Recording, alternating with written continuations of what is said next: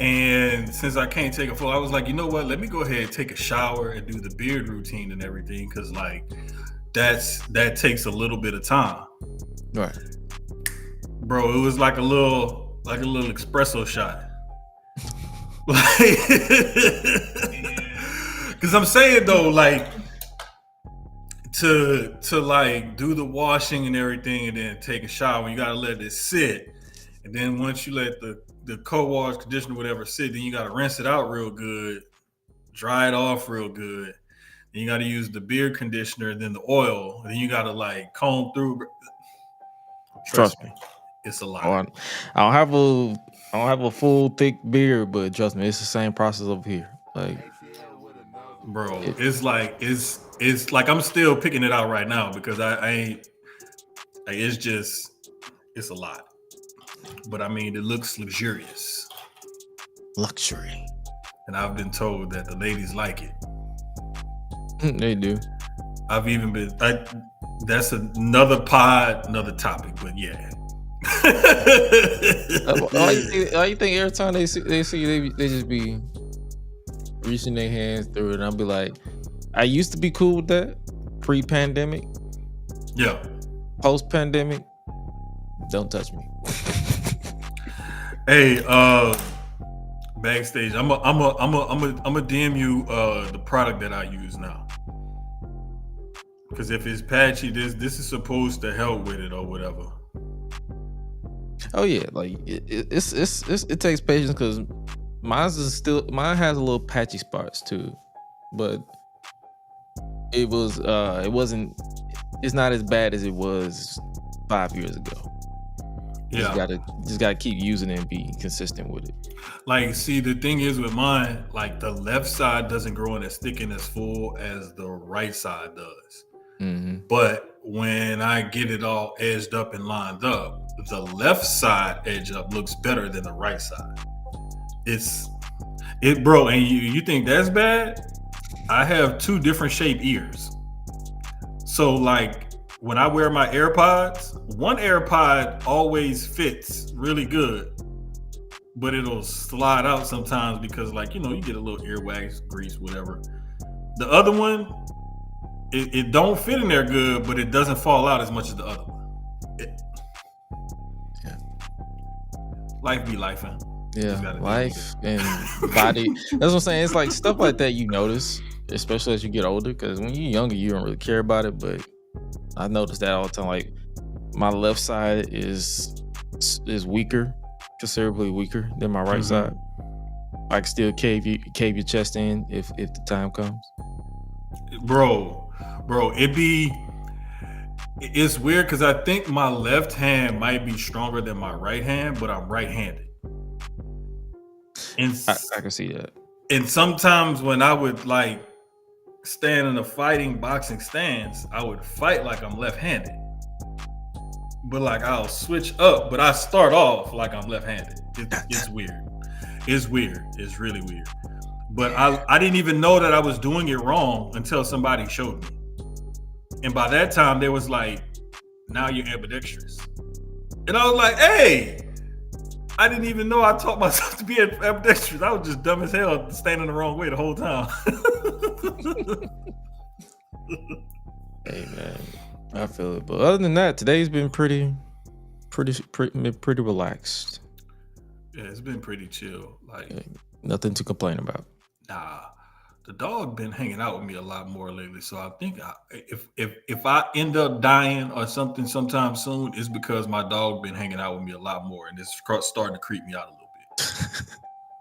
Like, bro, like the last couple of nights, he even tried to like spend the night in my room and stuff. Then he decided, nah, I'm gonna just go upstairs. I'm like, bro, what you keep being so happy to see me for, jumping on me, sit with me, wanting to sleep in my room and stuff? Like, dogs are fascinating because when I used to dog sit, my cousin's dog will bark like crazy, but then when they see me, they be like, oh, hey. I'm like, all right. Man, that's how Max is. He's a real people person. So when people come to the door, he gets excited. He'll bark and be like jumping around. He may even pee on you. but it's because he's really excited. It's not because he don't like you. Trust me, he's just really excited. And he just really loves people. You just remind me to never wear white around him, because if I'm wearing white and he pee on me, then I got pissy pants. No, this is what we had to do since we trained him to get off the puppy pads. Yeah. Like if somebody comes over, we know like he's gonna get excited. We just pull out a puppy pad, put it by the door. Be like, look, just stand here. We'll put him on the puppy pad. You can greet him and everything, but let me stand him on this puppy pad or wrap the puppy pad around him or something. So that way, if he does happy tinkle, it don't get on nobody. Yeah. Happy tinkle. Happy tinkle. This is what they call this stuff. I work for a company that does cleaning in a lot of high-end homes and stuff. So I've seen people literally spend thousands of dollars every year, and sometimes in one fell swoop, on what their dogs and pets do. So I was not a fan of this. However, I'm glad I went along with this decision. I'll put it like that. Yeah. And for that, some would say this would be a Hollywood ending to that situation. Hey, boy, you made that transition like you some kind of media professional or something. And the funny thing is, I'm just a nigga from Atlanta. So, bro, hey, I'm just a nigga from New Orleans, living in Texas. And with that, I'm gonna press this button, and we're gonna get the show on the road. Bet. Oh my! Go fuck yourself! Feeling like GRESH UNLEASHED. When the club go around here, I'm a cactus. Bang, bang, gang, I don't owe you jack. When I'm in the ring, it's just me and my best friends. OC cutting no slack. Hollywood Miz, you can put me on the A-list. GRESH UNLEASHED, better put it on your playlist. Me and my fam be ballin' like the Bruce. Fight night, baby, hard hitting like Sheamus. Family first, yes, bloodline business. Winning all the gold, look at how they witness. I was taught to be the greatest. 1,000 days I'm running, check out the book of Guinness. Coolin' with the baddies in the baddie section. Guarantee you they ain't jaded. Yellow, you baby face, I ain't feeling your gimmick. The fans think it's overrated. I bet you thought you the EST, but homie, you don't even really go here. I'm better than you and you know it. Scumbag, baby, I'ma make that clear. Making many moves while I'm headed on a flight. On the megastar, baby, on these LA nights. Putting on 5-star classics, contract year, cause today is a whole new price. Brock Lesnar on the beast. Eat, sleep, flex, and repeat. Whole new swag with a price on the tag. Coming live from the west to the east. Better recognize on the mouthpiece. See the power level gotta increase. Bringing content on a daily. Feeling like GRESH UNLEASHED. Greetings and salutations, ladies and gentlemen, boys and girls, non-binary pals, baby mamas, baby daddies, and everybody in between. Welcome back to the GRESH Unleashed podcast. This is episode 110 of the show that brings you the good vibes to the best of our abilities. Joining you as always is the voice that does the most, the purveyor of mischief, Gresh.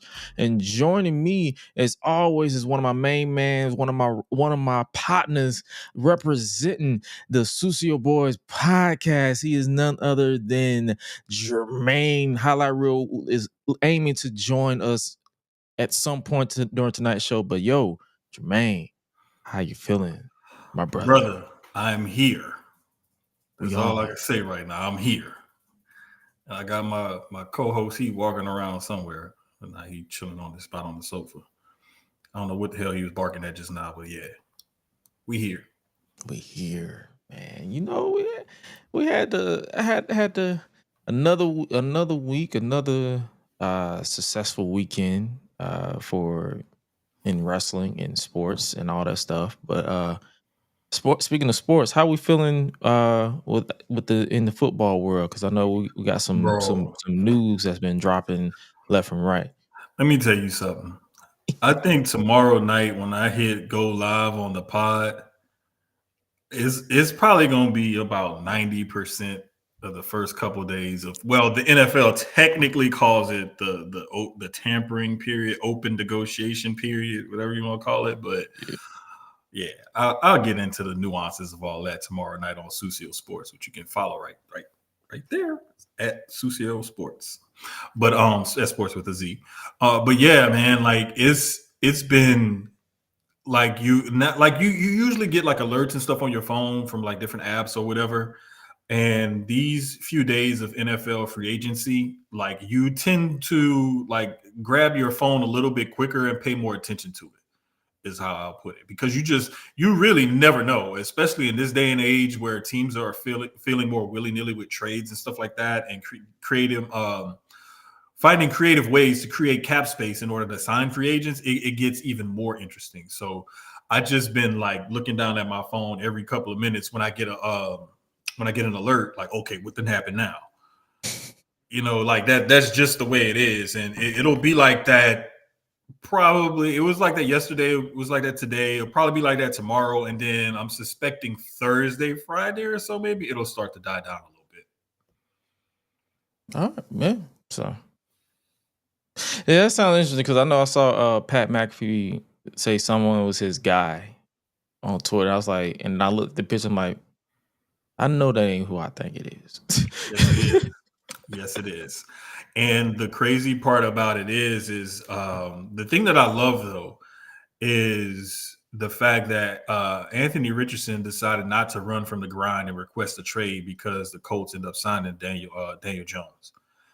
So I love that because there's so many times nowadays where whether it's in college where guys hit the transfer portal or in the NFL or NBA, they bring in somebody at your position or that does something similar and you're ready to leave town. And to know that he was not only ready to stay, but ready to, openly, they said it's going to be an open quarterback competition between the two of them. But I kind of like the move by the Colts organization because it's a very low risk, high reward type of signing.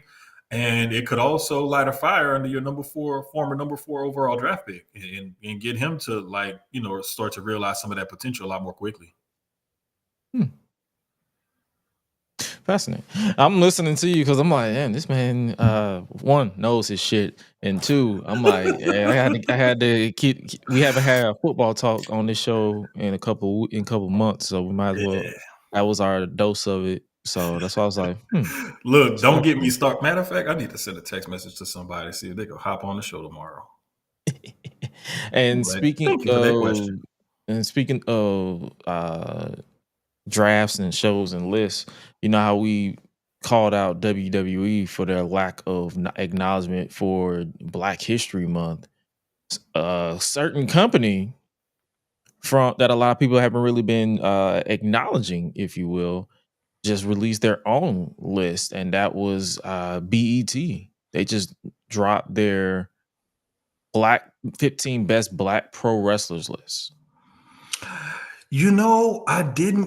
saw the women's video. I saw the women's video.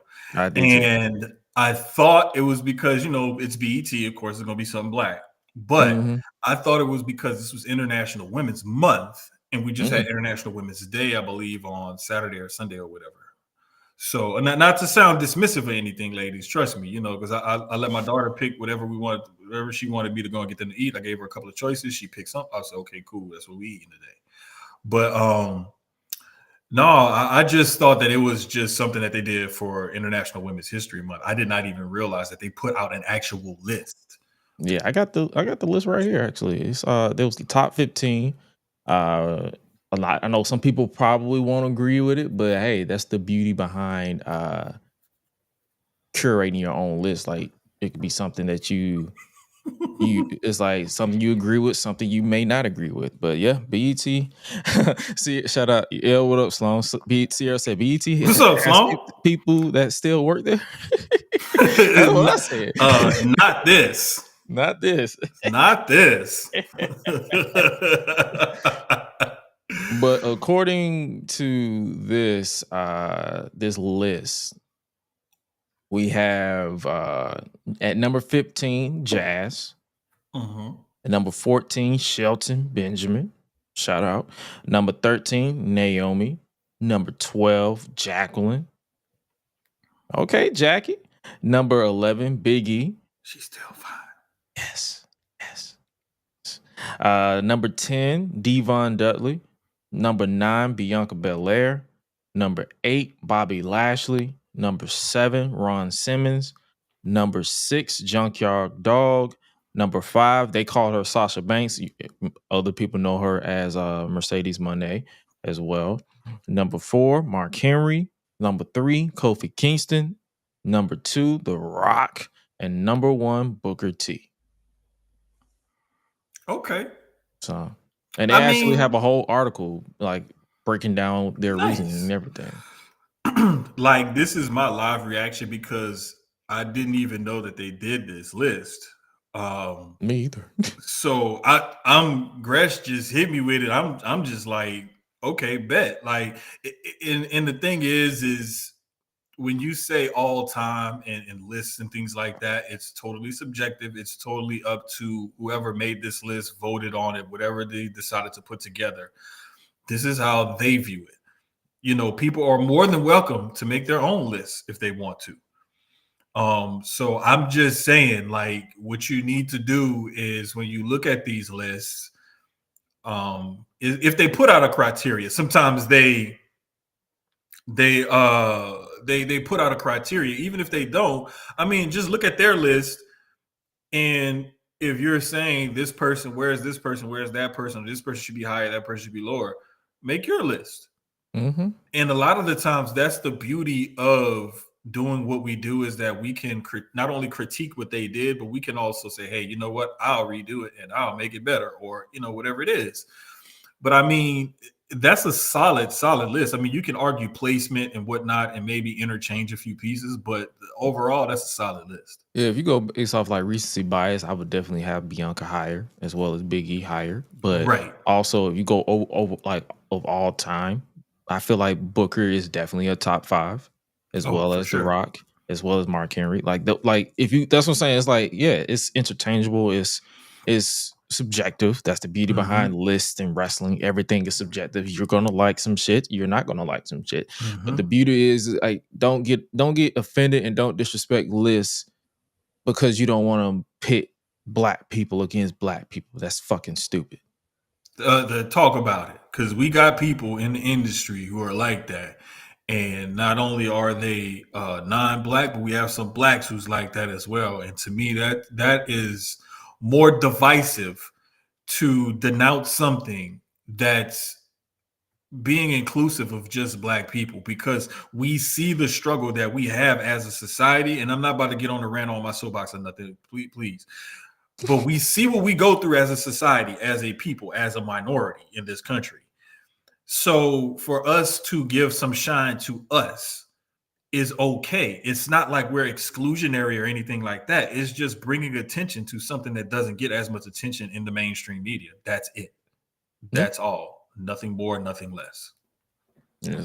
I thought that was nice. Like this conversation was like a nice way to kick off, because I was genuinely surprised when I saw BET, because I feel like BET ain't been BET since the first Obama administration. But that's just me. Yeah, see, and Hart's just like, I thought, and this is me not even fully like reading through the tweet or whatever. Keeks quoted the actual list. Mm-hmm. And I thought it was the women's thing. I was like, yeah, it's Women's History Month. And Hart's was like, but Booker T is number 1. So I'm like, oh, well, I literally, I didn't even know. I didn't even click on it to like read it. I just thought it was something that they were doing for Women's History Month. But it's almost kind of weird, because it's like, y'all had all last month to put this out in Black History Month. Why y'all wait till the second week of March to put this out? Like, we could have did this a month ago, bro. Like, that's why I kept looking at it thinking it's got to be something for Women's History Month. Yeah, it's like a case of better late than never, but it would have been nice if it was like a month ago type beat. But at the same time, we're grateful. We're grateful that you're giving the acknowledgement to the legends and legends of the business. But at the same time, you like, where was this? Because this month is damn near over. I ain't even gonna hold you. We were like, bro, 2 weeks left of this month. So it's like, it's the 11th. It's the 11th, bro. We're into the second full week of March.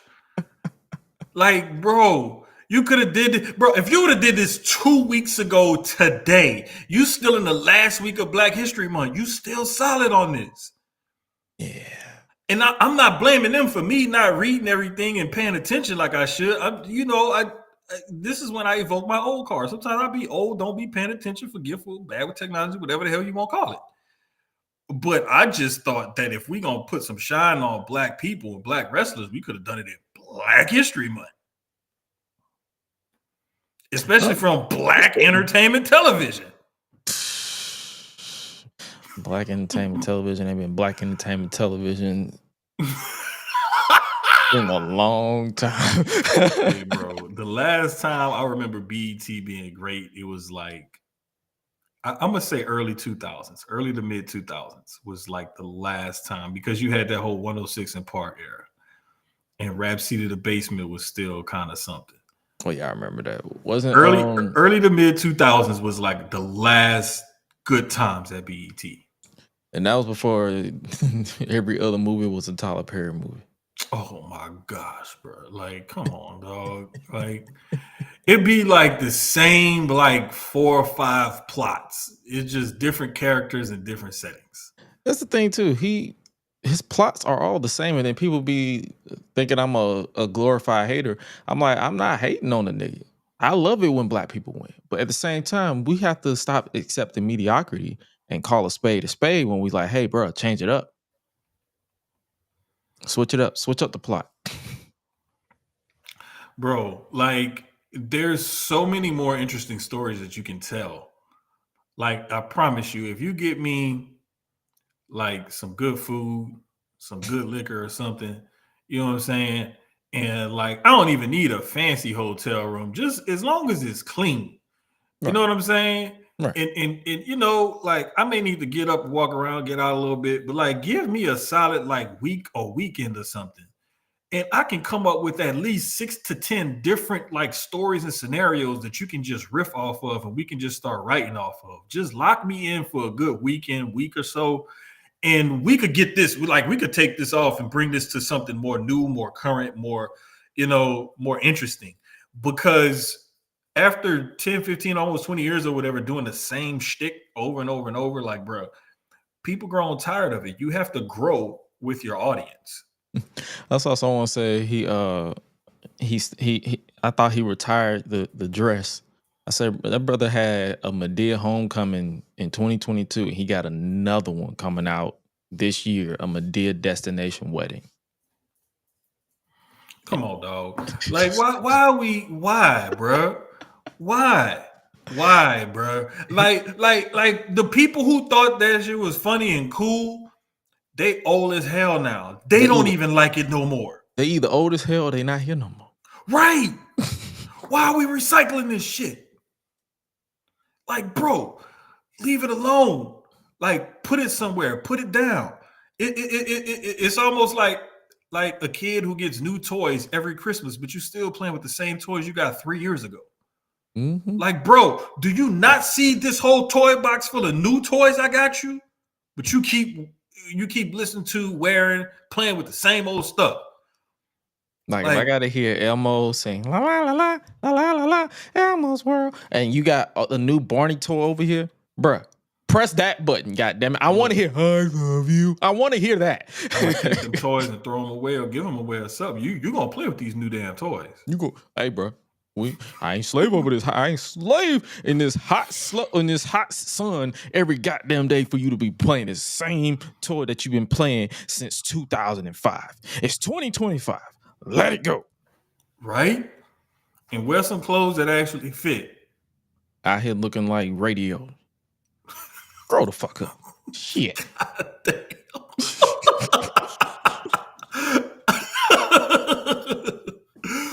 Hey, if I hit you below the belt, sometime Gresh will take it to your knees. Like, he will take it that much lower. Like, yeah. It depends on which one of us goes low first. The other one gonna go lower. Yeah. Pause.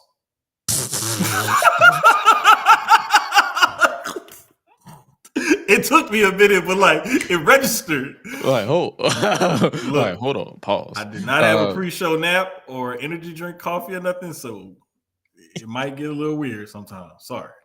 Speaking of things somewhat getting weird, we got a new Travis Scott t-shirt. Okay. Wrestling is real. I'll give it this. Cool shirt. Two things. Number one, it's a t-shirt and it's $55. Yeah, I saw that shit. Number two, when you look it up, it says takes 5 to 6 weeks before it ships. Okay. This is a special event item. Orders containing this product will be shipped separately. This item will be shipped no later than April 25th, 2025. So after WrestleMania? Exactly. That was my damn point. That was my point. Like a $55 t-shirt, I could almost get over because it's like, it's Travis Scott. It's got his logo on it. It's got WWE on it. It's probably going to be more expensive than a normal like $25, $30 t-shirt or whatever. But the fact that the shirt don't even ship until after Mania, like what if I wanted to wear that Wale Mania? You are missing a golden opportunity where you're gonna have literally hundreds of thousands of wrestling fans descend upon Las Vegas, Nevada. That you could have been selling this shirt out of WWE World at $55, $65 a pop, whatever you want to mark it up, and go crazy, go stupid with this. But you're gonna not even ship it until after Mania?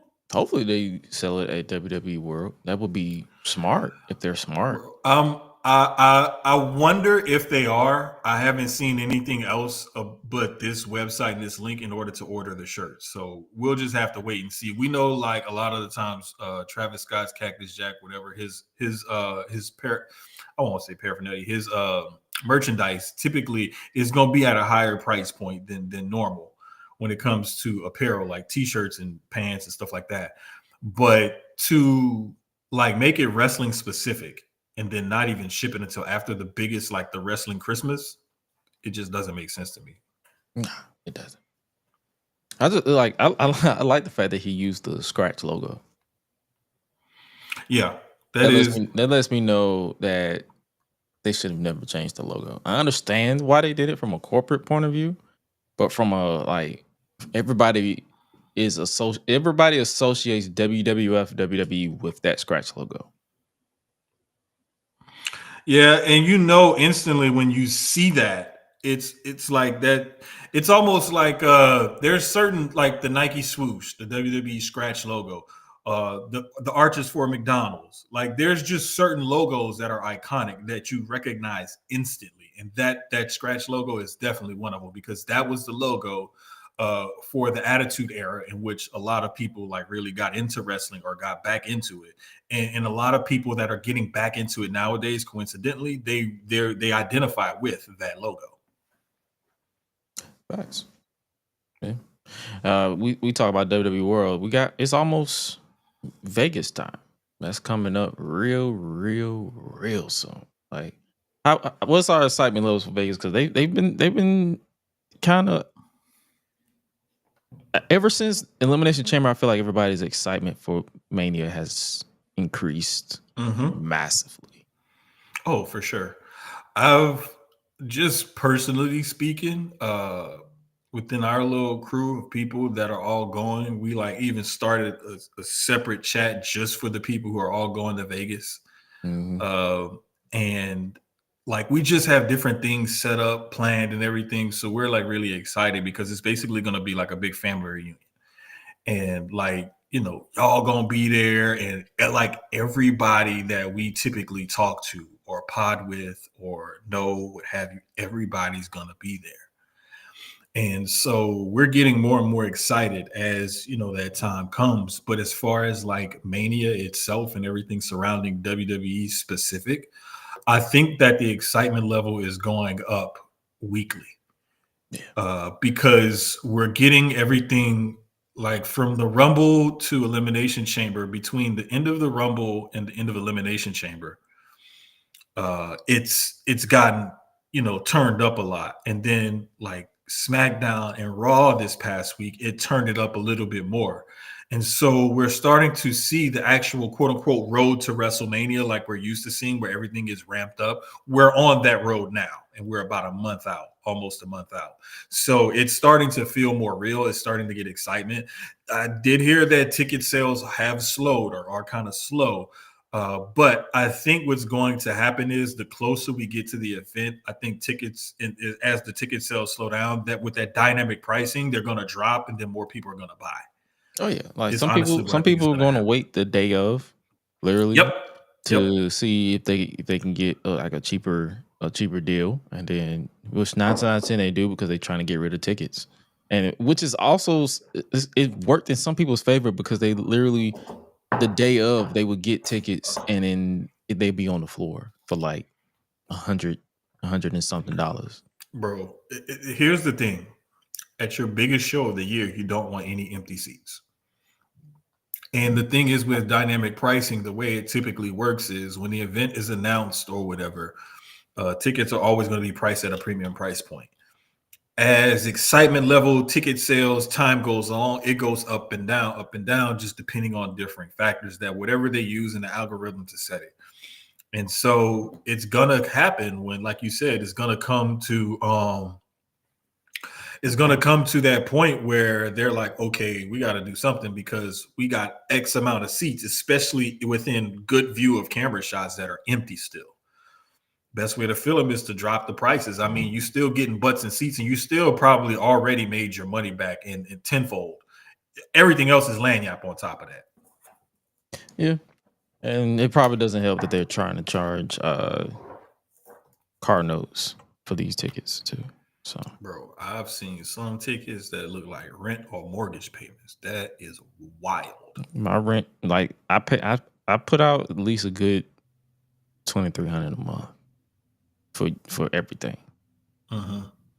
And I saw that, I was like, yeah, nah, I'm gonna live at my house. Bro, look. But as of now, the goal is to hit Vegas if all goes according to plan, because my brother wants to slide through too with me. Yes, so the goal is to hit Vegas. Hopefully nothing expensive shoots me in the foot. Even if I just fly out there for like a day, like just to make sure I just want to be there.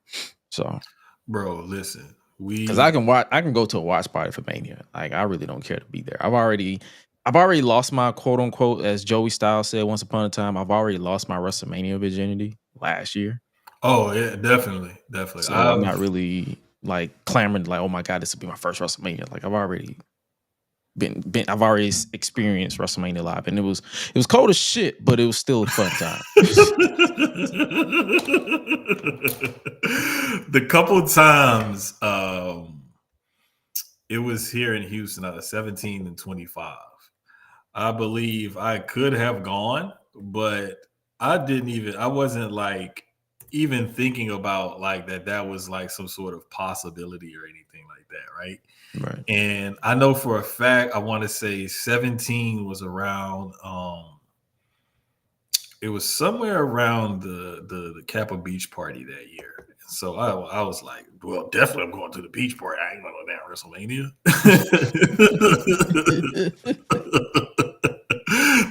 Again, several other stories for other pods. But when 25 rolled around, now I'm a married man with 2 kids, and it's like, wait a minute.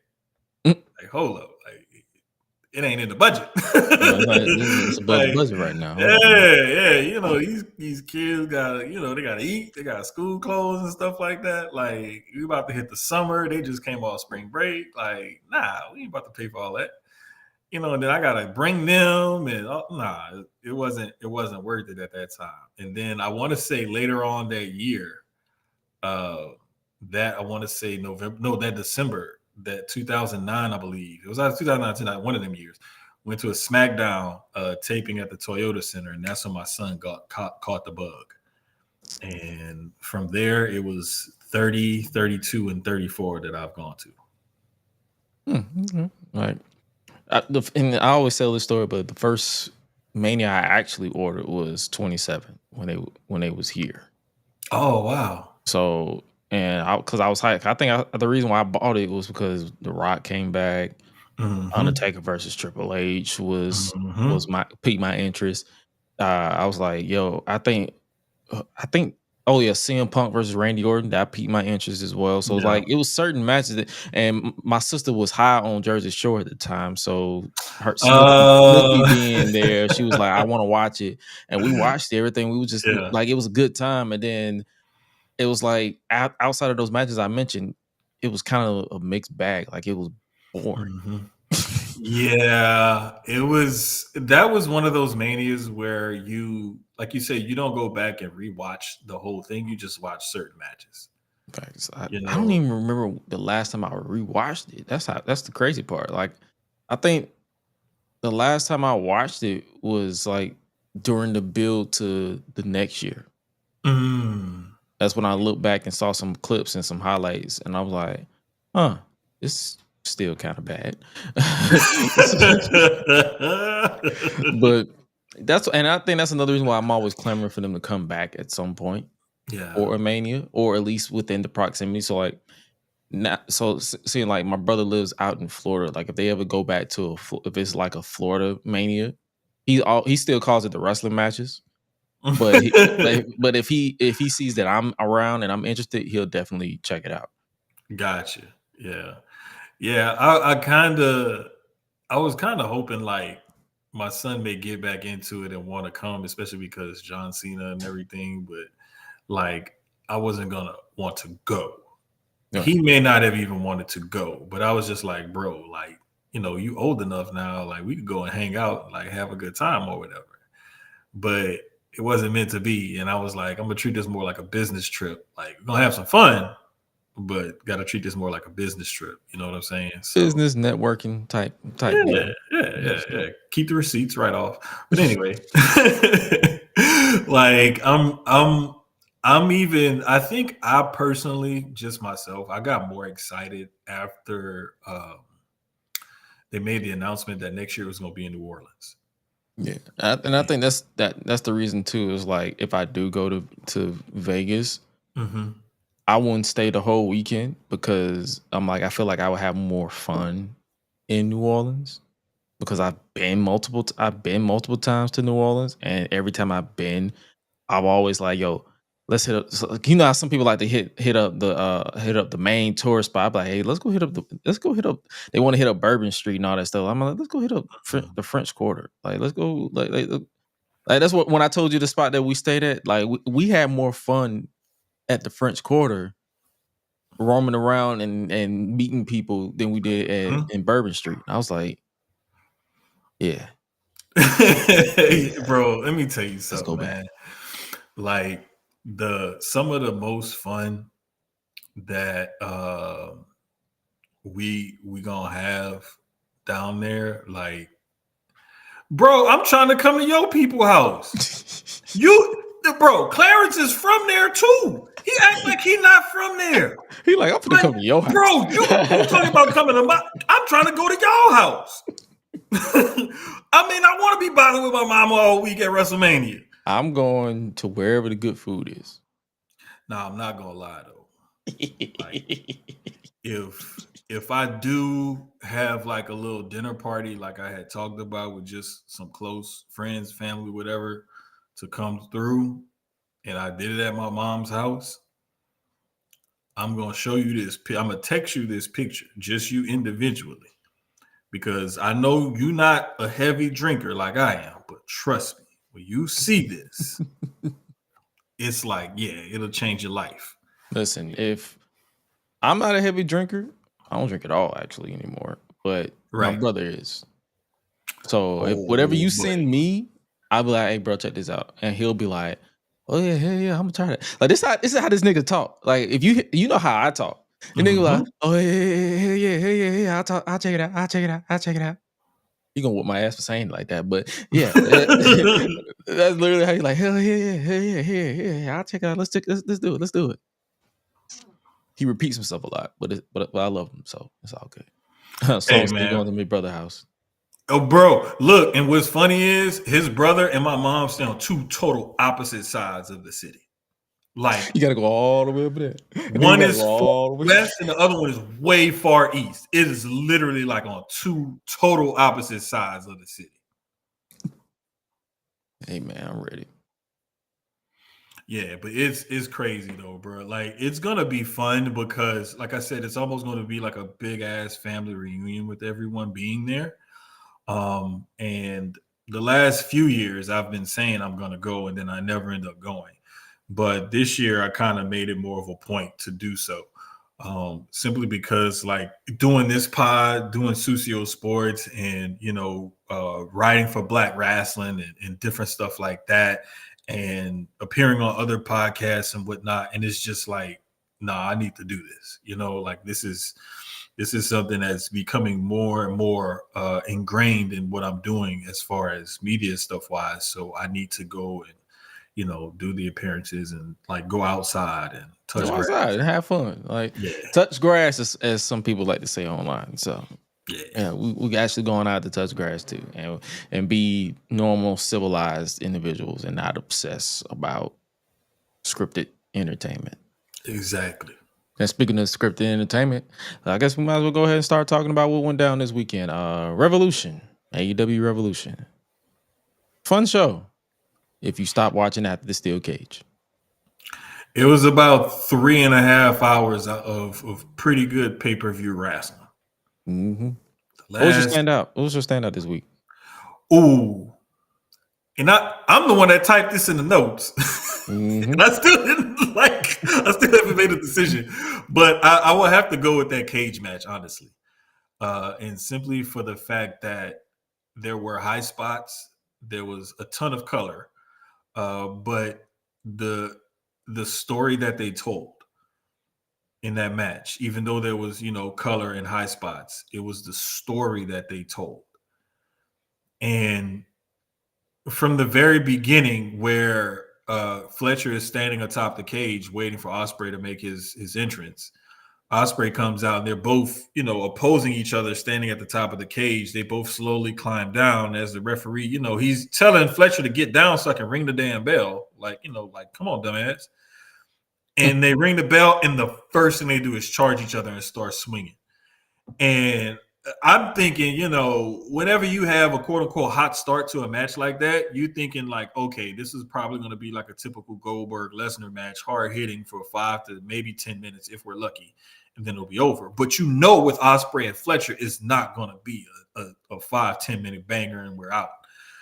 So when they started like that, it kind of gave me a different feel, because this is not typically how they would have started that match. And they went through some motions. They took you on that ride. They told that story. And the coolest, most critical part about them telling that story was, if you paid attention in the pre-match video, how Ospreay talked about how that was like his little brother and he took him in and this and that. And then they even had Mark Davis get involved in the match. And then at the end, when he tells him, "I hate you, F you, blah, blah, blah, blah," and then Ospreay hits him with the elbow and ends it, like that was cinema to me.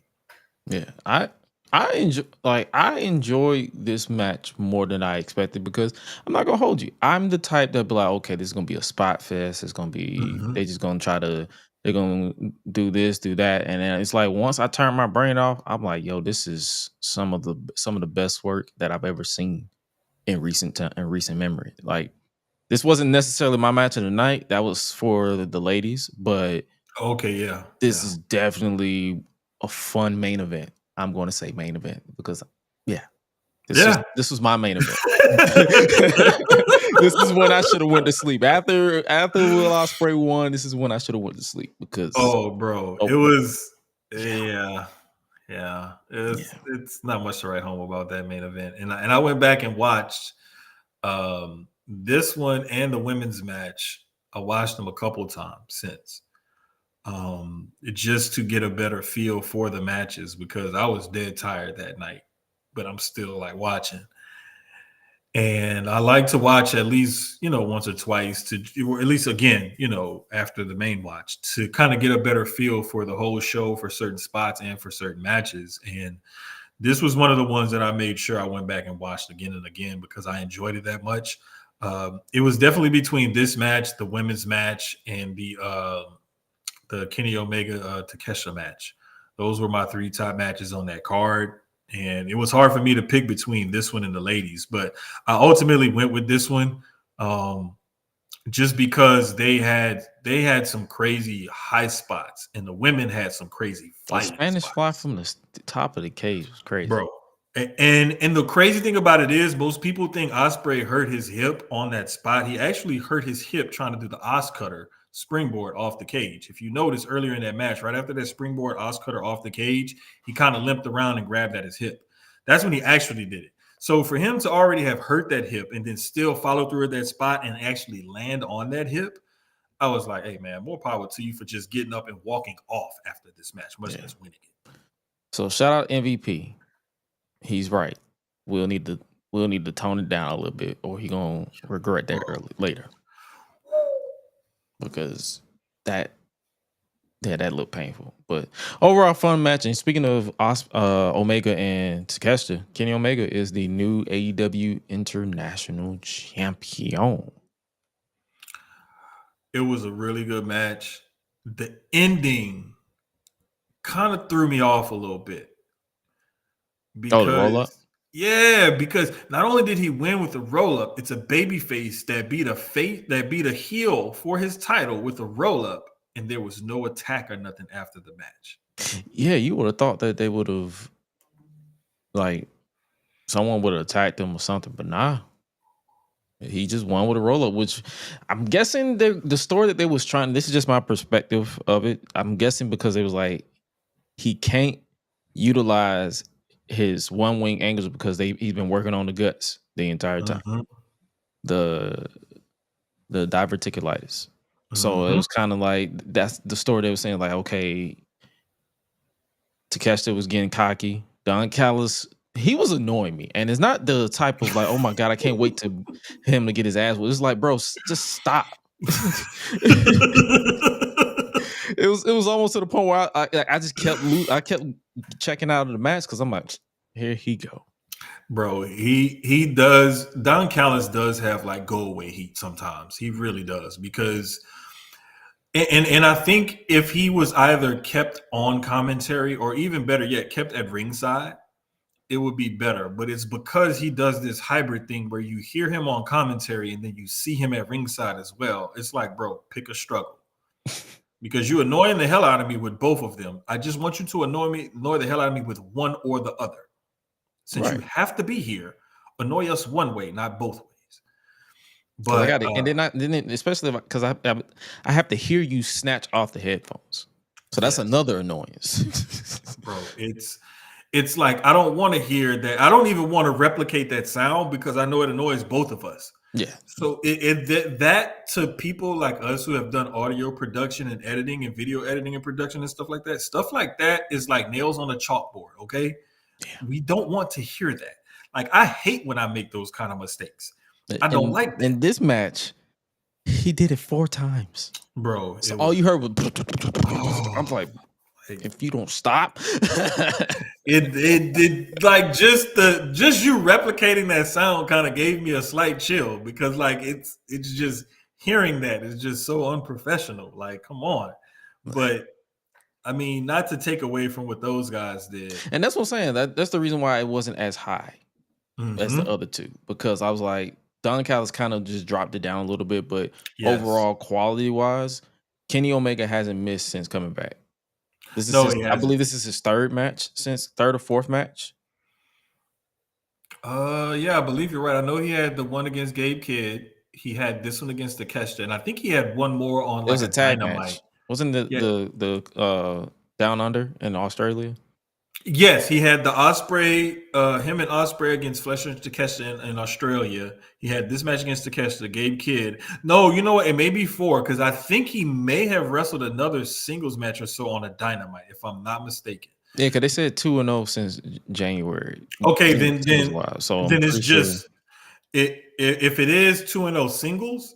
Yeah, so I'm thinking it was somebody else. I just can't think of it right now. But Kenny, yeah. One thing about Kenny is he hasn't missed a beat since coming back from injury, and Takeshita's still Takeshita. Like that's why I put that at tweet. I was like, Kenny, bug out Omega and Konosuke, motherfucking Takeshita, because I'm like, Don Cal. Like I don't want to people assume that I'm just shitting on it. It's like once you get your thoughts out on Don Callis and you take away his involvement, the talent is great. The matches are always for sure. So, but yeah, Kenny is the international champion. I'm pretty sure they're setting up him and Okada at some point. Please just unify them damn titles and take that way you condense them and take some away, because like I can't, like y'all got way too many damn titles and people I do be getting talking. confused sometimes. I'd be Bro, like, content enter. Wait, which one is this? I'm like, wait a minute, hold up now. Like, why do we need 2 mid-card titles? If we don't have like 2 whole like separate brands or anything like that, or like just you have one amalgamation of talent. Well, technically, you already got all the titles in ROH. I'm gonna say technically, isn't this like the 3rd mid card title? Because you got the TBS, the TNT title, the Continental title, and the International Championship. Bro, you know what? You're right. And that's just in AEW. We haven't even counted ROH, the pure and the TV titles that they got. Yeah. Wait, Jesus. Damn, bro, that's crazy. Okada and Brody was the good part of the show. Like, wasn't great, wasn't exceptional. It was just the good part. That was the good. I enjoyed that match though. Like, there's matches that you may not like rate as high or whatever, or like put them up there, but they're good matches and they serve a purpose on the show. And that Okada Brody was one of those really good matches that served a purpose on the show. I love that Okada had to wrestle against a much bigger opponent. That way he doesn't look like the big guy all the time, because when he was over in Japan, 9 times out of 10, he was much bigger than whoever it was he was wrestling. Pause.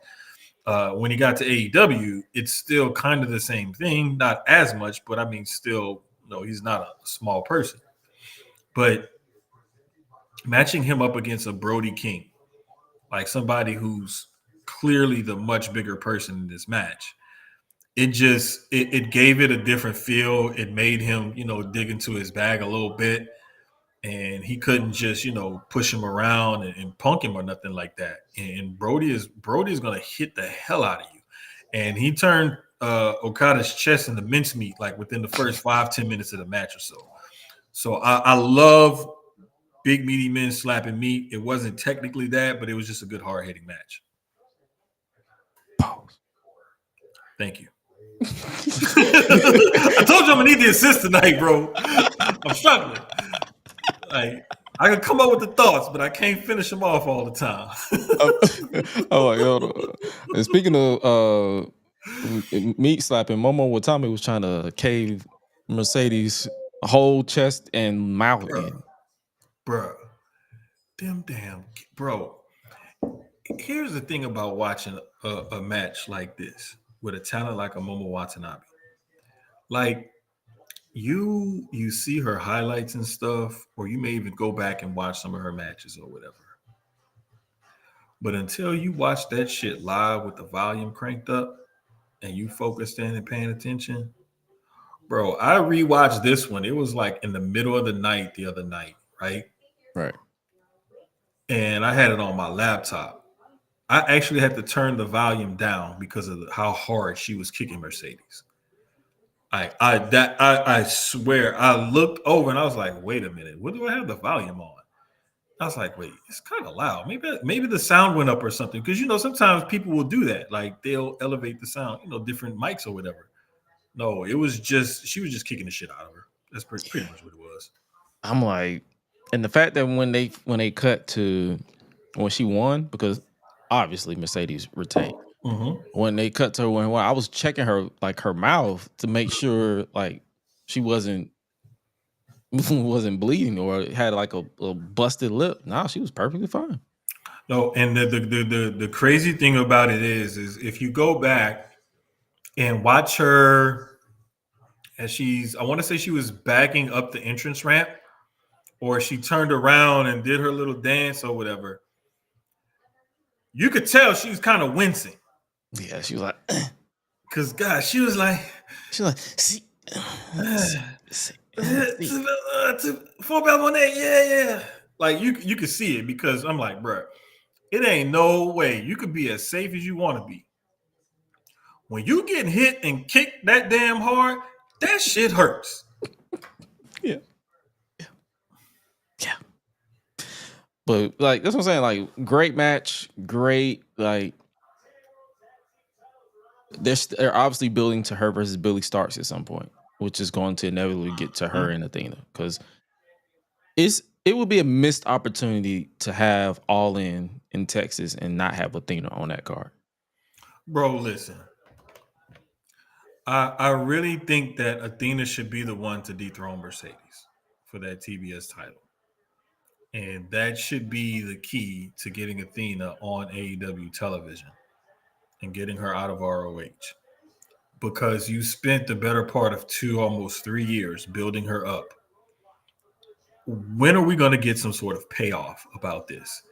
For one, making a new star down there at ROH, to have her either vacate the title and have a tournament and have somebody step up and win it, or have her just flat out just go ahead and lose it to somebody.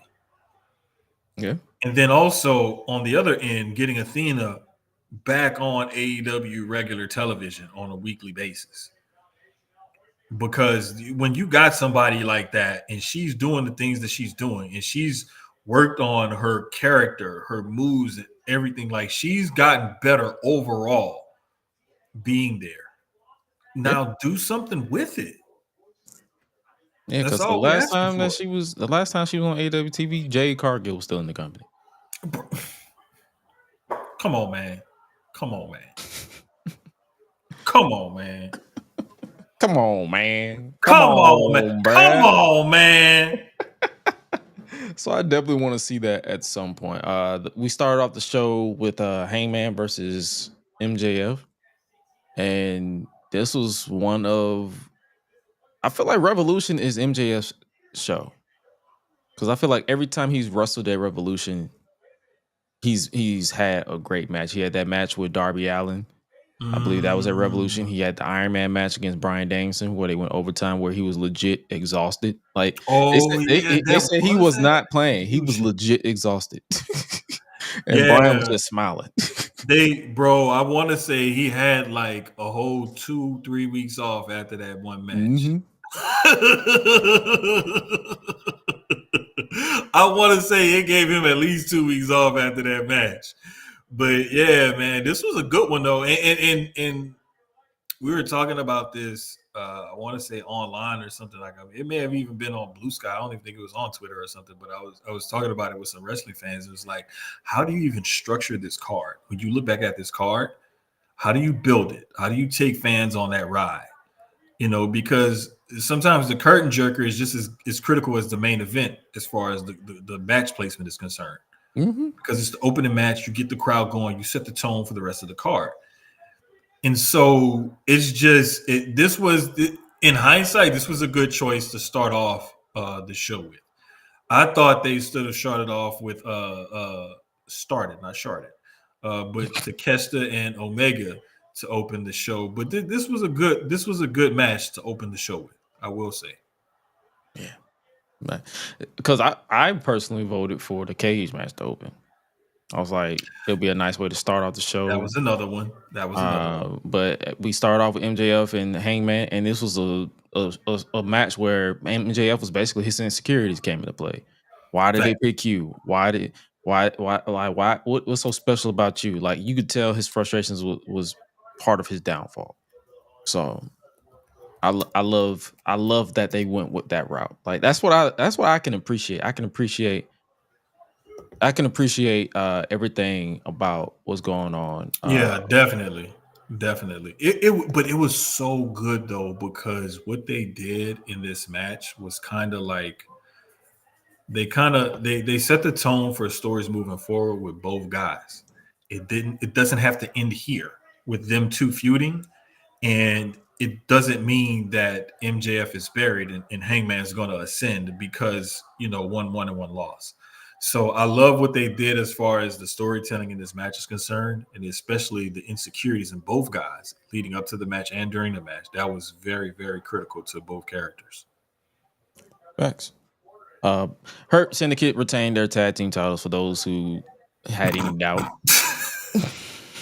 It was lopsided as a motherfucker.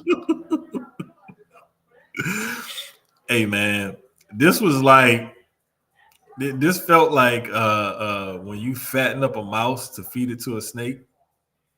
That's what this felt like. Like they boosted the Alpha Runners for the last like month or so to fatten them up and feed them to the Hurt Syndicate.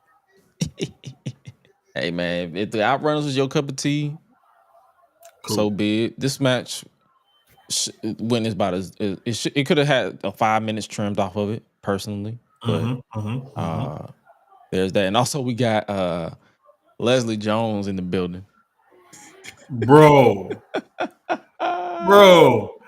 Leslie Jones, she was losing her ever-loving mind during that Swerve Ricochet match. Yeah. Bro, I was like, is that Leslie Jones? I was like, that is Leslie Jones. I said, she acting a damn fool watching this match. She was, Leslie Jones was acting a fool so much. I didn't even notice Ron Funch and a few other people that were around her because she was going crazy. She was sweating so much of white, but I was like, bro, she let out. It's like she was in the midst of a mean sermon. She was in the midst, like she was like, get ready. Yes, Lord. Yes, Pastor. Yeah, I swear. Yes, I swear when I drive. Now, Nigel, we all don't look alike. Just so you know. That wasn't no Prince Nana's mama, nigga. He's older than her.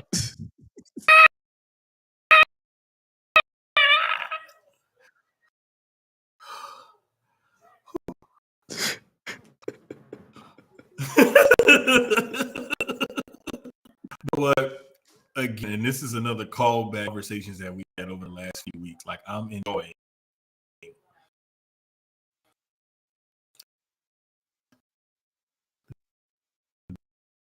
different new fans, people like that. You know what I'm saying? And it's the little like insider dirty stuff I am to it. I don't know, man. It's been cool to see, man. It's been really cool to see, and I love how they're into it like super fans would. Like, they're normal fans just like us. They just happen to be famous people outside of being wrestling fans. But the way they get into it and react to it like she did, I love seeing stuff like that. To me, it's good for the business. Oh yeah, for sure. Like I agree with that. So I like it. It lets you know that, hey, it doesn't matter the company. It doesn't matter where they are. If the talent is there, they can enjoy. Because you mentioned Swerve and Ricochet. I enjoyed that match. I enjoyed the story that they was telling with Prince Nana and the robe. But yep, Swerve Strickland is the #1 contender for the World Heavyweight Championship. This was another like good match with some good storytelling in it as well. Like low key, this was like, if we had a top 5 matches of the night, this would definitely be in my top 5. It's just the cage match, the ladies match, those two were like really hardcore. The Kesta Kenny match was more technical. This one had a lot of different storytelling elements in it. It did have a little bit of violence, not as much, but it did have some violence to it. But the whole, Swerve pushing Nana and that whole thing, and Nana walking off, and then Swerve eventually presenting him with the robe, and them two like hugging it out at the end and everything. And I'll even put his post main event Batman dive Swerve stomp onto John Moxley and the security and everything. Like, I'll add that to this match because to me that was still a part of this match, because if it weren't for the outcome of that match, that spot would not have happened or mattered. Right. So this was another really good match that has some really good storytelling on it. And I think I read somewhere, it might have been Fightful, where Swerve basically after the show went out there, he confronted Adam Copeland and was like, all right, seeing this, you can't get the job done. I'll take it from here. Right. And we also had Ospreay cut a promo backstage where he was quote unquote hiding out from AEW Medical, saying that he wants the ball. So, and then also we can't forget about Jay White, who got involved in the main event. You know, he was still hanging around the main event picture before the Cope Edge, whatever the fuck you want to call him, Moxley Call that match nigga Edge. was even announced or whatever. He was trying to get into the picture. So to me, I can't remember where I put that tweet out or whatever that thought, but I said the AEW main event title picture just got about 10 to 15 years younger on average because, you know, Edge and Christian are no longer quote unquote in it. Yeah, especially after that Christian failed to cash in, which They a lot really of people wanted to. did not like that. It was terrible. And to me, and I know people have said this, and I think Keeks had put this out there, you know, because Edge doesn't like to do jobs and stuff like that. And this was a way for somebody to lose, for him not to eat the pin, and for also Christian to get screwed. And it may kickstart something again between the two of them, and they may finally have a decent match together at 50-something years old each. But to me, if you really wanted to send the crowd home happy and have a shock and just like, you know, go at it, they should have had Christian reach out when he was in that bulldog choke with that one hand on Edge and pin him and get the victory. Yeah, that would have been nice, like a nice little thing. But no, Mox choked him out, and it was funny. I always laugh with Mox. He's reverse. Before, he would bleed and nobody would bleed. Now, he don't bleed. Everybody else do it. Bro, it's crazy. Like, and I even think I said this when we were talking about it in the group chat. I was like, 5-10 minutes into this match, Mox gonna get caught. I just knew it because I'm like, there's no way Edge is taking out all of his crew members one by one to make sure he can fight him one-on-one in this match for this title. And they're not gonna get caught. Like, something has to happen. And it did. And the only thing I can guess is because we had so much in the women's match and the cage match that they were just like, it's not needed for this one. It was like, yeah, we're not doing that. Yeah, we're not gonna go there. We got other stuff planned that will make this match good. We don't need to go there. And either way, Maybe it they was should not good. have. It was not good. It was no. That's the less time spent talk about this, the better. But we're gonna talk about the Hollywood ending. Let's talk about that, bro. I don't mean to sound like Vince Russo, but God, bro. That was a good match, bro. That was great, bro. I loved every second of that, bro. She bled like that, bro. Like, bro, I don't understand how. Like, bro, how do you top that, bro? That should have been the main event, so bro. much color, bro. Bro. Two women. No, but seriously though, like, again, the stories that. And AEW does a great job with their pay-per-views. WWE is starting to get better, and Triple H has like a little formula that he's following for their pay-per-views, and it's working out for them. He's working it out for them, I'll say. But AEW has it down, man. I'm talking about their pay-per-views. They rarely disappoint, and you have a lot of good quality matches with a lot of good storytelling. And it's not This card had more storytelling than matches with all the high spots. Because typically with AEW, you'll get, oh, this was a great match, this was a great match. You go back and watch it back, and it's like it was a bunch of high spots. This card had a bunch of great matches with great storytelling throughout the match, and it wasn't high spots doing the storytelling. It was just good quality wrestling and character work. And this match was jam-packed with it. My favorite moment of this match was when they both did the tape and the glass on the fist. Bruh. I was like, y'all are crazy. I said, whatever. I think I put out a tweet. I said, whatever screws or whatever sense that they had in their head left immediately. Let me tell you something. This is one of those matches where I know Mick Foley talks about it, how that match against The Rock at the Royal Rumble where he took all those chair shots, took some time off his career and off his life in general. This was definitely one of those matches where I'll say it took some time off both their careers, maybe kind of shorten their lifespan just a little bit, because God damn, how do you, bro, she took a champagne bottle to the crotch. Kayfabe, it was to the crotch. It was really to her inner thigh, but still, like, if we really think about this, even if it was sugar glass, right? Even if it was sugar glass, you have an artery in your upper thigh that if that artery is punctured and it's not taken care of damn near immediately, you bleed out and you gone. Yeah. So that's what happened to, rest in peace, to Sean Taylor. He got hit and he bled out from getting hit in one of those arteries in his leg or his hip or whatever. And that's what took him out. It wasn't even to the body, head, nothing like that. It was he just bled out because he got hit in an artery in the wrong spot. And so for her to take that kind of shot to her inner thigh, leg, crotch area, wherever, like that close to that artery, that's insane. Yeah. So this was another one that, like, if it was the main event, this was definitely it for it. But yeah, overall, I feel like AEW Revolution lived up to the hype if you just ignore that main event. Bro, it's shout out to Grum. Shout out to my guy Grum. I believe it's at It's Grum with 2 M's on Twitter. But Grum had a tweet where he said, I'm so glad that Tony Khan decided to pay tribute to the series Game of Thrones, where you have all of this good stuff and then you end it with a flaming bag of shit.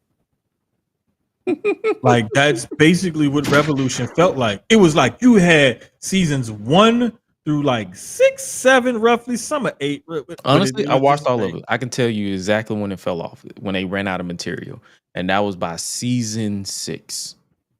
They ran out of material. After that, season 7 and 8 was just improvised, and it was horrible. Bro, the whole thing was 7 and 8 should have been combined into one season, lengthened out, maybe a few more episodes or something like that than a traditional season, and then end it right there. Yeah. But like, I think that they tried to do too much in the production of it. And I think that's what happened with this main event. They tried to do way too much with the production of this main event, and it didn't come off the way they wanted it to. Nobody really came out looking the better except Swerve at the end when he jumped on Mox and security after Nana confronted Mox walking back with the title. That was the best part about the whole main event. You will.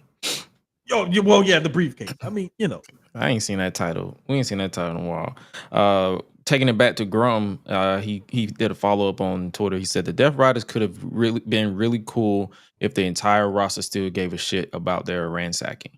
If anyone joined their cause, Orange Cassidy carried the flag for AEW one time, and Moss just became another heel with goons.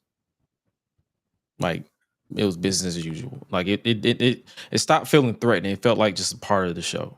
Like, you could tell they tried to go some way, and it just completely fell apart. It was like when it first started, it was kind of cool, and you could kind of see what they were maybe thinking or the direction that they tried to go in. It just didn't. It never came off like that. It just never came off like that, and that's what's so disappointing about it, is that storyline when it started has so much potential, and it just hasn't realized. Flat out, it's falling flat, and now people are just like, okay, get the title off of him because I'm tired of seeing him with the briefcase. I'm tired of seeing him with the briefcase, and like it's not really doing anything for him. Yeah. So, hey, I agree. Hopefully, like, I'm not finna just harp on it anymore. Hopefully, they figure something out. But what I am going to harp on is Naomi and Bianca. Brother, give them 2 women an Emmy. Don't say an Oscar, because then you're going to sound stupid, because that wasn't a movie. That was a TV show. TV shows win Emmys. Movies win Oscars. They deserve Emmys for that. That, man, look. Women's History Month. We just came off of Black History Month. And they just pulled, bro. I'm talking about down to the details, bro. They wore funeral fits to the ring, bro. Naomi in there with her neck brace, a bedazzled neck brace. Bro, she wore it to the red carpet of Queen of the Ring, bro. She's selling the injury, bro. Kayfabe isn't dead, bro. According to old girl at Revolution, it is. She was like, y'all know how to win.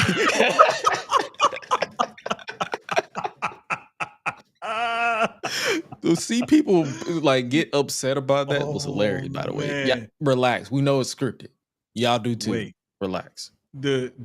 What was extra funny to me was I was thinking the same thing until I saw Camille's video that she posted. And Camille basically explained that Damaris wasn't like poking fun at the predetermined nature of pro wrestling. She was just saying, like, it doesn't matter who wins. We're both going out there to succeed.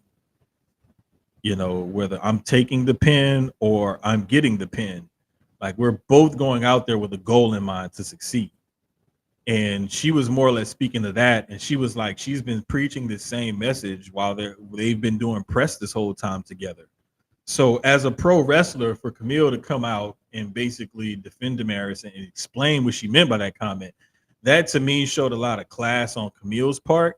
But it also showed that, once again, wrestling fans, especially the IWC, you know, jumped to conclusions and took things out of context and weren't really paying attention to the whole thing, what it actually meant. Oh my God, I can't believe she said it's fake. I'm like, right. And then you had the tribalists who are arguing about it, saying, well, it doesn't matter because Triple H came out and said the same thing in the Raw Netflix preview and blah, blah, blah. And it's like, bro, by this time, we all know it's predetermined. We all know it's choreographed. We know this. If you're over the age of 10 and you don't know that it's scripted, buddy, I got news. Like my nephew knows it's scripted, and my buddy here is 15. He knows, but he still enjoys it. He still has fun. But the thing is, though, let's be honest. Hold up, I don't know what happened to my camera, but oh, there it goes. I was pressing stuff. I do because, like, you know how on your trackpad on the laptop, if you just tap something, it goes away. It clicks. Yes. So I need to just move the mouse, move the hand off the trackpad. But anyway, it's like people know this. Like, it's not something that's like this big secret. Like, kayfabe died a long time ago. The fourth wall has been pulled down. Soon as social media became a thing, it was inevitable. And then soon as said wrestlers got on social media and started posting their life, it was dead. Bro, let me tell you, I fully believe like it died way before that. Oh, it did. I'm talking about like it died. I feel like it died with Benoit. I think it died before that. No, it did. I'm talking about for me. For me. Okay. For me, it died then. Around that time. Around that time, I was like, oh. I'm a tinge older, so it's it died before that for me. But yeah, it's like it's been like that. Like, we've all known this. So for you to say, oh, she's disrespecting the business, bro, if you're not in the business, if you have not taken a bump, counted a 3 count, or even made a freaking ring announcement or something like that, please shut the fuck up about it. Because I don't want to hear about you talking about disrespecting something that you're just a fan of. Oh my gosh, she's exposing the business. Exposing the business, my black ass. I have not made a dime off wrestling. That's not non-video game related. I'm not in the business. So I don't care if it's getting exposed. I expose it myself. While we talking about this shit right now, we're talking about stuff behind the scenes. We're exposing it ourselves. Like, get a grip. And here's another thing. Like, did you know that these people in their real lives, they have actual names? Mm-hmm. That's not really their screen names. And wait, even better. come in close because I need y'all to really hear this one. They're not those characters in real life. They have real names and real lives outside of this wrestling shit. I'm sorry to tell you, Santa Claus ain't real, neither is the Easter Bunny. And it's your mama and or your daddy broke ass that's leaving them dollars underneath your pillow and not the Tooth Fairy. Sorry to expose you. I figured that out when I was 5. I was like, wait a minute. Why is my tooth under in your drawer? Hey, bro, you just told me to take out the trash and I see my tooth sitting there. Come on now, dog. Like, for real? For real? Come on, bro. You expect me to believe in Santa Claus when I just seen that bag with them shoes and that starter jacket and stuff in it in the closet? I saw you go and buy my Super Nintendo. I know it was from you. Stop it. But come on, man. Y'all will get over it. Y'all will be all right. Wrestling is scripted. It's entertainment, but it's scripted. Let it go. And the thing is, we just need to, well, I say we, but I mean them as wrestling fans just need to get over it, like you said, but just don't take this shit so serious, bro. Yeah, as soon as I see niggas take it serious, that's when I check out. I'll be like, you know what? You got it. You got it. You can take this block too, but you got it. On the way out, you can take this block with you. Because we're not doing this. We're not doing this. But yeah, back to this. I enjoyed every second of it. Naomi taking the blame. She said she was responsible for it. I kind of don't want them to reveal anybody else as a part of it. I want her to be the person. Bro, I not only want her to be the person, I think it's perfect for her and Jade to enter into a program with each other. And I want it to be them too because Naomi's a solid as veteran in that ring who could lead Jade to a decent match on a pay-per-view or on a big, SmackDown or Raw, wherever they choose to do it. But I would trust Naomi to lead Jade to a quality match in her first big time singles one-on-one match. And she's already proven she could take a hell of an ass whooping twice from Jade. Yeah. So I just can't wait to see how they write this story and then where they go, not only with them two in a feud together, but also with Jade and Bianca from that point forward. Because I know there's going to be some hard feelings, some animosity there as well, because they're basically putting Bianca in the middle of those two, of this blood feud. So I just want to see what they do with the three of those ladies moving forward. I think it's going to be some good stuff. And I'm thinking that one or both of them will be able to lead Jade to a decent match at a pay-per-view or a big show on TV. Yeah, and I feel like this will be something to like you said with Jade. Like this is her coming out party, if you will. See, like, okay, hey, we put you got, unfortunately you got injured. We created this storyline behind you. Now it's your coming out party. Now it's your time to shut people up. Now it's your time to step up and show up and show out and really say, hey, okay, I was in this tag team to get comfortable, but now I'm here. Now I'm locked in. Now I'm ready to go. Now, do we see someone adding, do we see Naomi getting help? Because Jade, they can't keep having Jade whoop her ass every week. No, and the one thing I will say, as far as what I can see, as far as them adding help or Naomi getting a heater or somebody on her side or something like that, is, I don't know, maybe if they put a stipulation to their match or something like that, or Naomi just picks up some sympathy from some other heels who are tired of seeing Jade, doing what she's doing or something like that. Or maybe Jade rubs somebody the wrong way or something, backstage or something like that, and they come out and they help Naomi just to spite Jade. I could see something like that happening, and maybe them adding another person or another couple of people to this, what have you. But it's still going to be interesting to see. Oh yeah, for sure. So kudos to everybody, like the production wise, the way this was shot, the acting, everything. I enjoyed every second of it, top notch. And hopefully you guys enjoyed it too. Let's look at these notes right quick. LA Knight is H2O. he's a what? High quality H2O. Speaking of high quality, Randy Orton said John Cena's a bottom. Bro, hey, that what the hell, Randy?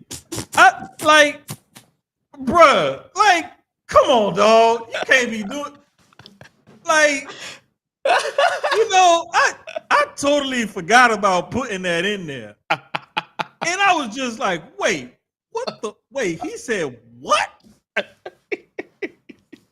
Bruh, you can't, bro, you gotta say that on Raw on Netflix. You can't be saying that on USA on cable. The crowd didn't catch it at all. Like they was like, yeah, that sounds normal. So I'm assuming that the crowd hears that a lot because they did not budge when they heard Randy Orton say this man he said John Cena is so used to being on top, he has become the Rock's bottom.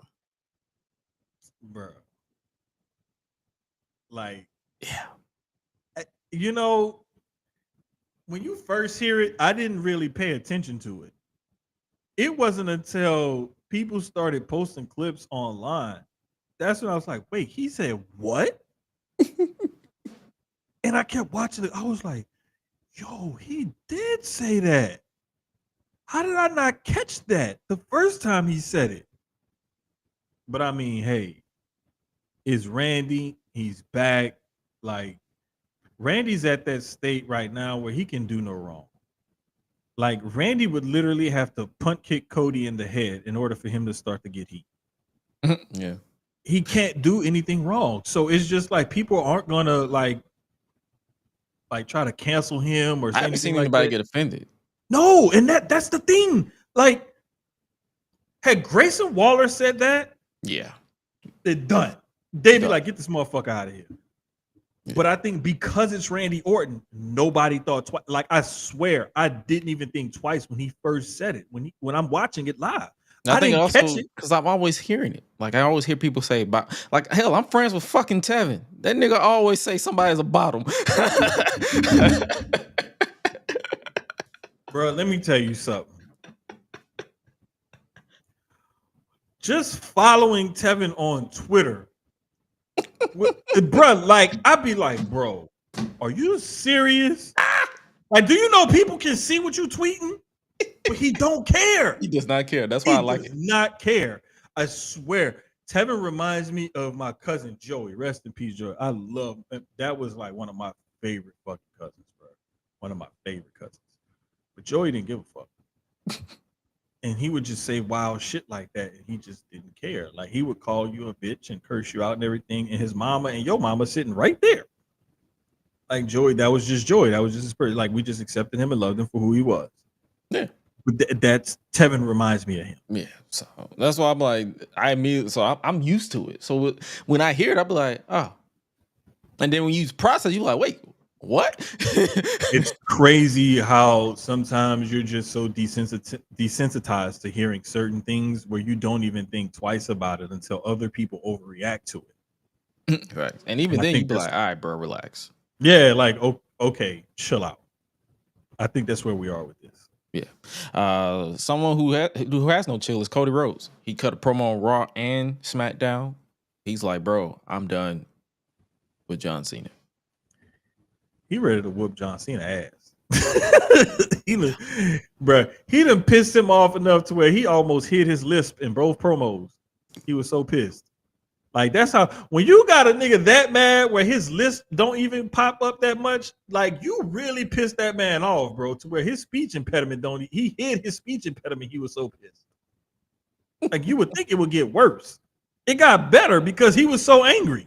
He was locked in. He was like, bro, I got a black eye, I got a busted eardrum. Like, he was like, fuck all y'all. And even on Raw, he's still having to wear the earplug in that ear because of the busted eardrum and everything. Yeah, well, you could tell because when he cut when the pyro went off, He was Mhm. like, Yeah. It even hurt for him to take the thing out of his ear. But for the simple fact that you're gonna make him one of the biggest baby faces ever. One of the things that I think we skip out on is you had three of the most popular people on the planet, literally, in the ring beating his ass. mm-hmm. In The Rock, John Cena, and Travis Scott. And they all got booed. Yes. When you have three of the most popular people on the planet walking right now, whipping your ass, and they're getting booed, this is why they ain't turning him heel. Because he's their new Cena. He's their new baby face to lead the company, to hold the title every so often, to lose it to a heel, to make the chase and everything. Like that whole 2-year ordeal with chasing Roman in the title was pure. It was great wrestling because, and this is why him winning at 39, the result at 39 was even better because of him paying off at 40, winning it. And you have to understand the chase with a baby face chasing a heel champion is always better than the actual win and the title reign itself for the baby face. Facts. I agree. So Cody and Cena gonna be face to face is inevitable. Like the promo, I was like, I enjoyed the promo on SmackDown, but then when they got to Raw, I'm like, okay, they could have been a tweet. Because it felt like it felt like to me, he said the same thing that he said on SmackDown. But I enjoyed, like, that's not taking it away. But I enjoyed it. I enjoyed it quite a lot. Yeah, definitely. I thought it was good. I liked it. I like that they're ramping it up, like I said earlier, on the road to WrestleMania. Yeah, we are officially on the road. WrestleMania. Last bit from last 2 bits from SmackDown. LA Knight is the United States champion once again after defeating Shinsuke Nakamura. Man, I felt like this was one of the most uneventful title reigns ever. Yeah. In like, I thought Braun Breaker's title reign was uneventful. Nah, Shinsuke Nakamura's title reign was nigga was just lurking around in the shadows and then lost the belt back to LA Knight. Bro, it's like they changed and enhanced his character and built him up for what? For him to hold a title for like 50 days and then lose it on a SmackDown after a pay-per-view show. And apparently he's supposed to lose it last week. Like, bruh, like, yeah, but I think he got sick his friend died. Yeah, his friend died, so they gave him brother a or week whatever off. died. But it's like, bruh, like what? Like what the fuck are y'all doing? Like, you finally got him like a real menacing heel character in the promos in Japanese and the vignettes and everything. I mean, it harkens back to the old school golden era when they had vignettes, but they're putting a new school spin to it, and him as this menacing heel is working. Why the fuck are you taking the title off of him now? Yeah. I don't get it. I don't get it. Me either. And I also don't get how they keep having Mia lose every freaking time. Bro, and the worst part about it is that they keep putting her in these street fight hardcore matches and she excels in them. Yeah. I mean, she thrives in that environment. We've seen her on the main roster and go back down to NXT and have these kind of matches. And she makes it work. And for them to consistently have her, take the loss, the only way I can see all of that paying off is if she has some big triumphant win at some point. And But to go 0-4, it's like, bro, how do you get the crowd to care? Because she keeps losing. It's not like a situation where it was it's with Cody where he lost once and then he got the win back, or with Jay where he lost. It's reaching that Jay Uso territory because he also lost to Gunther 4 times. Yeah. And like I said, the only way you see this paying off is if she has some big triumphant win on a bigger stage or whatever. And when you look at the way the Mania 2 nights are, like the way they're looking so far with the matches that we have and the matches that we may potentially get, where does this have room on night 1 or night 2? They about to knowing Triple H, they're gonna put this on the SmackDown, WrestleMania SmackDown. It's going to go on the SmackDown Go Home show, or if we're lucky, a pre-show for night 1 or night 2. Well, they haven't had a pre-show match. Oh, you know what? You're right. In years. You're right. Yeah, it's gonna be on the Go Home SmackDown. Yeah, it's gonna be on the Go Home SmackDown in Vegas. So I'm like, yeah, if they do run it back, but because at least they gave Alba Fire something to do. She's in Chelsea's cabinet now, so I can give them that credit. That was cool to see her come back, especially after they released her tag partner Isla Dawn. To see her come back and her get some screen time and everything, and then to put her in the cabinet, so to speak. And the subtle thing that WWE is doing is that they have a freaking Canadian and I want to say a Scots woman and an Irish woman. I think they're both Scott. Or both Scott, whatever they ain't. None of them from here. I could be wrong. Ain't none of them from here. But one of them is the U.S. champion. The other two are her Secret Service and her cabinet. Yeah, that's the kind of little subtle stuff that I love about wrestling. Yeah, Alba is Scottish. Okay. And I believe Piper is also Scottish. Yep. So the Canadian being in charge of two Scots. Bro, come on, dog. Like, you can't tell me that's not highly fucking ironic that you have a Canadian as your U.S. champion who's acting like a pseudo president, and her two cabinet members or Secret Service members are Scotsmen. Yeah, she's basically making fun of the USA, which I understand. I'm making fun of y'all too, and I'm from here. Me too. And I love this storyline. But switching over to Raw before we get up out of here and talk about the main bread and butter. Raw overall this week was a solid show. Yeah. I don't know why they gave Logan Paul and dude a live mic. That was fucking stupid. I damn the term I close my laptop.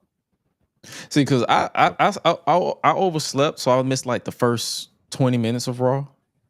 And then as soon as I turn it on, I see Logan Paul in the ring. I'm like, okay. Then when they gave him a mic, what's his name? Andrew Schultz. When they gave him the mic, I was like, I've heard about you. I don't like nothing about you. I don't like the main reason why Kendrick had that line about white comedians talking about black women. Mm-hmm. I'm like, I don't like your kind. I don't respect your kind. Exactly. Then you got two. And then AJ Styles came out to make the save. So basically, Andrew Schultz is supposed to be the babyface in this scenario.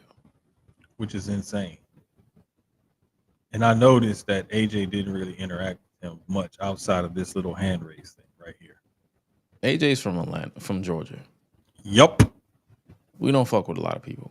Nope. And we have a reason to. Yep.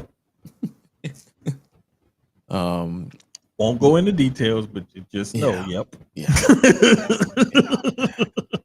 Crazy. But this is really going to be AJ's WrestleMania match? Unfortunately, he only has like 3 left, and they're wasting. I think that's what my fucking problem is. Like you're wasting the few matches that he said, because he plans on retiring. For those who don't know, he plans on retiring by 50. Yeah. He said he's going to be done. Like he does not intend on re-signing anywhere. It's wrestling. He could be lying, or he could get the bug at the last minute as he's about to make that decision, or he can pull a Sting and just legit retire. Because Sting is done. Yeah. You know, I hope he just retires and doesn't do the whole multiple comebacks thing. If he does, maybe it's a one-off here or there. But he's had a great career so far. I just hope he goes out in the way that he is happy with going out. Facts. So, hey, and I've had people that was like, "Oh, you hating just to hate." I don't want to see Logan Paul. Let's start there. No, And then on top of that, you want him to have a match with AJ Styles. Will the match be good? Probably. Will I enjoy it? Probably not, because it's Logan fucking Paul. this is like the opener for night one to show you some cool moves, some high spots and whatnot. AJ is going to make sure he leads Logan to a good match. Yeah. And AJ should get the win, send the people home happy. That's how that match should go. Because it's not like Logan Paul gonna be there consistently. That brother is beyond part time. He's what I call spot time. He's not even part time. Because part time, you there at least half of the time or more. Yeah. Spot time, you may work a shift this week and you may not work a shift next. He's seasonal. Yeah, that bingo. There we go. Yeah, because I worked at Walmart once upon a time and I was seasonal. Like you're here for a season, Yeah, not a long time, just a season. So he's a seasonal wrestler. If you enjoy Logan Paul, kudos to you. Don't try to combat my opinion with saying, "Oh, but it'll be a good match, though." Okay, cool, congratulations. But my opinion will still stand. I ain't trying to see this nigga. Let's start there. I could see AJ Styles having a good match with at least 3 to 5 other wrestlers that would be more meaningful and just as entertaining without having to involve Logan Paul. Yeah. And speaking of it could be for the Intercontinental title that they've been teasing, but I digress. Speaking of entertaining, New Day, this heel turn. They finally picked up. I enjoy everything about it. And shout out Kev on stage. He was actually at the show. Him and Xavier Woods had an interaction where he was like, "Churchy sucks." Yes. His wife got it all on camera too. Like, yeah. This incarnation, Kofi without a mustache is still haunting me. But I love it though. I'm not gonna lie, I love it. So yeah. That and I enjoy everything about it. Like the match. We got what you call it? We got Chad Gable, or I should not say Chad Gable, under a mask. That was Carlos Galvez. That was not Chad Gable. We saw it backstage when not Mackenzie, Kathy what's Kelly. her name? Kathy Kelly. When Kathy Kelly was interviewing him, we clearly saw the masked wrestler Carlos Galvez, and then Chad Gable was getting interviewed by Kathy Kelly. Okay, Yeah. It wasn't Chad. Yeah. So, oh, thank you. Or gracias. Gracias. This is the overtop shenanigans that I expect from this, and Chad Gable is going to make it work exceptionally well. Like I can appreciate that. Last 2 bits from Raw before we get up out of here. Io, Bianca, Rhea is all but confirmed that it'll be a triple threat. Hey, bro. To me, I thought the best part of that was Rhea and Bianca confronting each other, and I'm like, ooh, they about to go at it, and they about to have a match to see who fight Io or something like that. And when Rhea mushed Io in the face, I was like, oh shit. Then when Bianca did, I was like, oh shit. And I really thought like Io was gonna fall out the ring and then springboard drop kick both of them at the same time. But they pulled the swerve on us, and she just slapped the ever-loving shit out of both of them. I was like, whoa, wait a minute. And then she had a full-blown grown woman temper tantrum? Mm-hmm. Bro. She's like, I'm the champion. I'm the champion. WrestleMania is mine. I'm like, I respect it. The ladies are outshining the men again. Don't they always? Don't they always? Just saying. We've been preaching this on Susio Sports about basketball, college and pro last couple years. the women in the WWE are living up to that same mantra where they are outshining the men on a more consistent basis, week after week. Yeah. So, hey, I can appreciate it. I can. I'm enjoying the ride that they're taking us on. As The Rock says, I'm enjoying the rock that they're taking us on. Hopefully, if it's a triple threat, should this close the Mania as the discourse say, or should this should this open like night one, like night two? Ooh, I would say either a curtain jerker for either night, preferably two, or go on just before the main event of night one or two. Because you want to have something that's going to end you on like a whoa shit high to keep you up there, so that way the crowd is up for the main event. So you got to have a pre-match for the main event that'll get you up there, or you got to open the show with that. To me, that to me was like calling back to building a card. How do you build this card? This is either a good curtain jerker or a pre-main event match. Facts. And speaking of the main event, Seth Rollins and CM Punk. Steel cage match. These two, how Punk and Cena used to have that insane chemistry, and they showed that again in the Elimination Chamber. These two have that same kind of chemistry, and this is why you have to acknowledge Seth Rollins is one of the best wrestlers in the world right now, because Seth Rollins has that chemistry with damn near everybody he gets in the ring. You talk about him and Punk, the trilogy that him and Cody had, the matches that him and Cena have had, the matches him and Roman have had, him and Triple H. I mean, everybody that you've seen Seth Rollins have a major feud with, they've had some of their better matches. But this was no exception. He does not miss in big matches. Nope. I was getting annoyed though with the constant kick out. I was like, all right, I need y'all to lose. Somebody needs to lose. Stop kicking out. Because I'm like, okay, 1 GTS, okay, cool. 2 GTS, all right, you losing me. 3, motherfucker, stop. Like, please stop.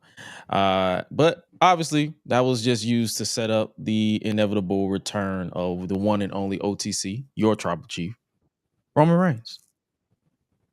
Loved it.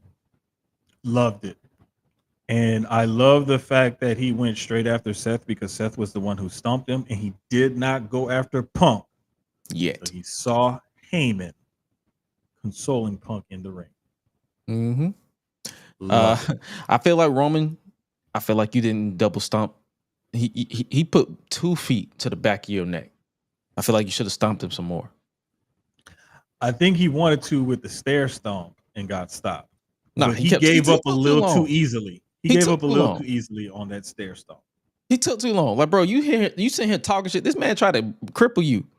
Did he take too long, or did they take too long coming from the back? That was a long ramp. That is the longest MSG entrance I have ever seen in my life, because typically the MSG entrance is about like it looks like a hallway, a big ass hallway. That's what it looks like.